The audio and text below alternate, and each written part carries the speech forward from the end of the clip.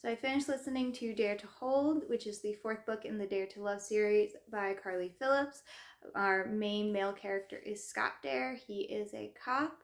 And then the main female character is Meg. She is the friend of Dylan from the last book, his best friend who is a girl. She is pregnant and her ex is crazy. So they meet after her ex pushes her and she ends up in the hospital with some bleeding. So they're worried about the baby. Baby's fine. Don't worry, baby. It's fine. So that's when they initially meet. Sparks happen, but nothing happens after that until a few months later when the ex gets a little bit crazier. Well, initially she is out on a girls' night out with her friends, and a different guy is trying to get her to go home with him or him take her home, and she is very clearly saying no. Scott happens to be there at the same time and jumps in to kind of save her and then ends up bringing her home.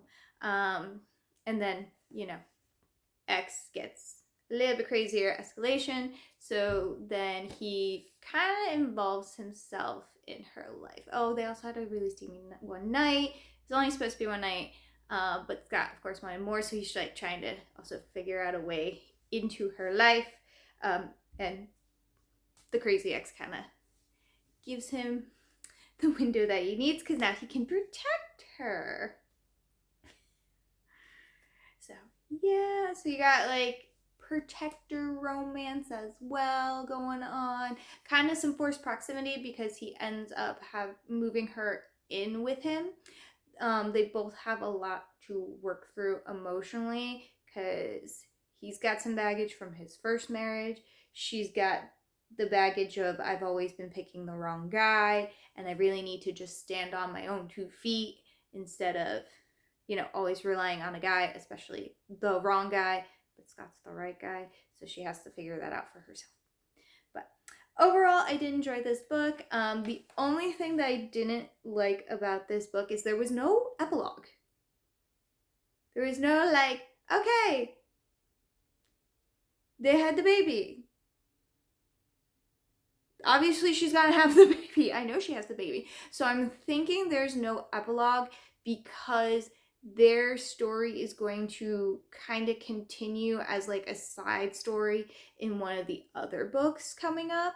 And I guess the author didn't want to jump over that. I don't know. But that was the only thing. I was like, what?